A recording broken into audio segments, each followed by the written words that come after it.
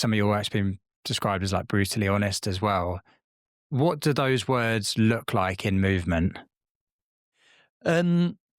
Just highly physical is definitely the way I would describe it most. Is like, it's hard to really like describe the movement in terms of like a sequence of like things you can program and visualize as steps.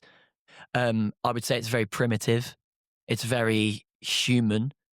And I think like for me, it's the best way to describe it is like, it's heavy metal. Like, it's not quiet. It's very in your face. It wants to punch. It wants to throw. It wants to crash. But then in that, there's a beauty in that chaos. And it's always trying to find the sort of balance between the really highly physical power movements, but then the delicacy in that. Like there's a metaphor I used with some students a few years ago for a project where it was like, it's kind of like a feather in a hurricane, that you've got this chaos, this violence, but then in that you've got this sort of really delicate thing floating in the quiet moments.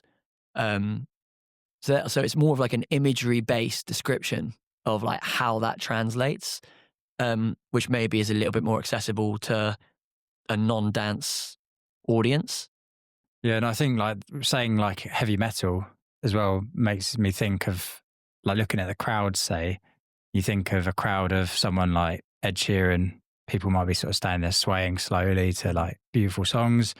And then heavy metal crowd, you've got mosh pits and stuff. So in movement wise, maybe it's obviously with more choreographed. In the Venn diagram of those, I'm somewhere in that. But I grew up listening to like a lot of that music. I was exposed to like the heavy rock and roll when I was a kid. I used to go to gigs loads, and it's really shaped my sort of, obviously my music taste, but also like my creative influences. I like things to be loud and brash, and there's room for subtlety and subversion and nuance, and that stuff is always, I try and embed it with my work. But if we're going to be creatively honest about the world we live in, or the place we're at, or things that we feel, we don't always have to be quiet with those. We can scream and shout those things.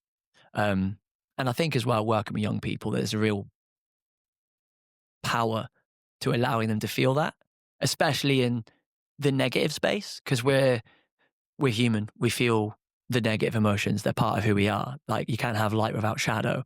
It's something I say a lot to my dancers. So we need to acknowledge those bits of ourselves, but understand how to creatively navigate them. Because if we shut them off or ignore them or bury them away because we're told that they're bad and we shouldn't feel angry, we're not acknowledging parts of who we are. And I don't think there's power in that. I think there's power to actually like navigating those and finding the creative way of expressing that. Yeah, 100%. Yeah, finding a creative and safe way of expressing these more negative emotions, and hopefully in a more constructive and world-changing way going forward as well.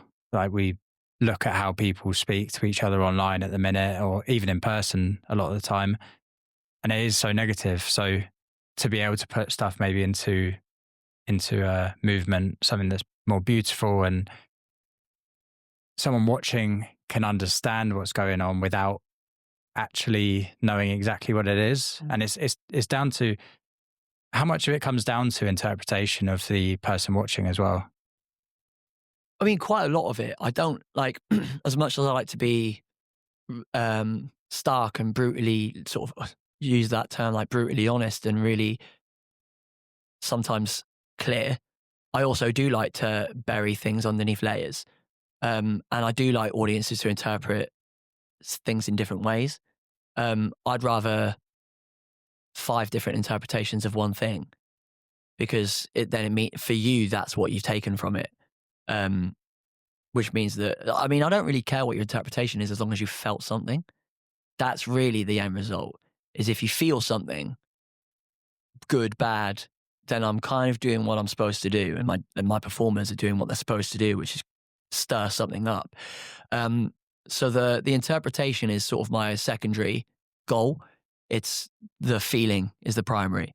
If you, my audiences, especially in recent years, have tended to be friends, family, parents, and your traditional they're coming to support the company rather than, um, a Sad as Well's audience, for example, a dance savvy audience. Um, so if I can get a parent who doesn't watch dance, but they go to watch their kid, um, feel something in a work where their kid's not even part of it, then there's something really, for me, interesting in that. Um, I always think of like just an average person who doesn't watch or engage with dance coming to watch a show, and they come out going, "Oh, that was really beautiful."